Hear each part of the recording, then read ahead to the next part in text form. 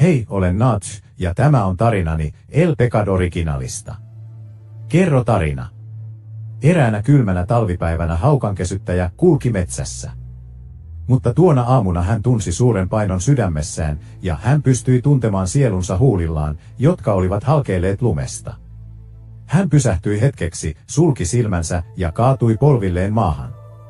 Siellä hänellä oli kauhistuttava näky pimeydestä, sodasta ja kärsimyksestä. Ahdistuneena ja vihaisena hän katsoi taivaalle ja huusi kaikilla voimillaan, miksi niin paljon kärsimystä? Miksi? Samassa hetkessä taivas pimeni, suuret kivet murtuivat, ja suuren jylinän jälkeen taivaalta putosi salama, kaataen puun hänen vieressään. Savun ja hämärän keskeltä ilmestyi käärme, kullankeltainen kuin aurinko. Se seisoi hänen edessään ja tuijotti hänen silmiinsä puhuen. Etsi tämän vanhan palaneen puun rungosta, lämmön puutteen takia he uhrasivat tuleen kaiken, mikä voisi tuottaa lämpöä. Päivät kuluivat, ja heillä ei enää ollut mitään poltettavaa kotona.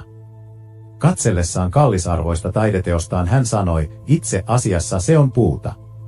Se pitää perheeni lämpimänä vielä yhden yön. Se ei ollut hänelle helppoa antaa jumalallinen lahja liekkeihin. Mutta hän teki sen.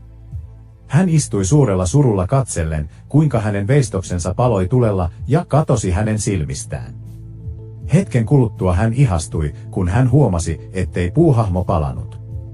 Se pyöri hitaasti liekkien keskellä ja tuotti niin voimakasta ja jatkuvaa lämpöä, että se sulatti koko vuoren lumen.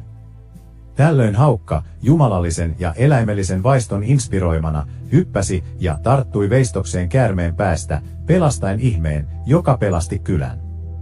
Hän katsoi isäntäänsä ja nyökkäsi päällään, merkiksi seuraamaan. Lentäen voimakkaiden kynsiensä avulla hän vei veistoksen erakon luokse ja laski sen varovasti uhrilta.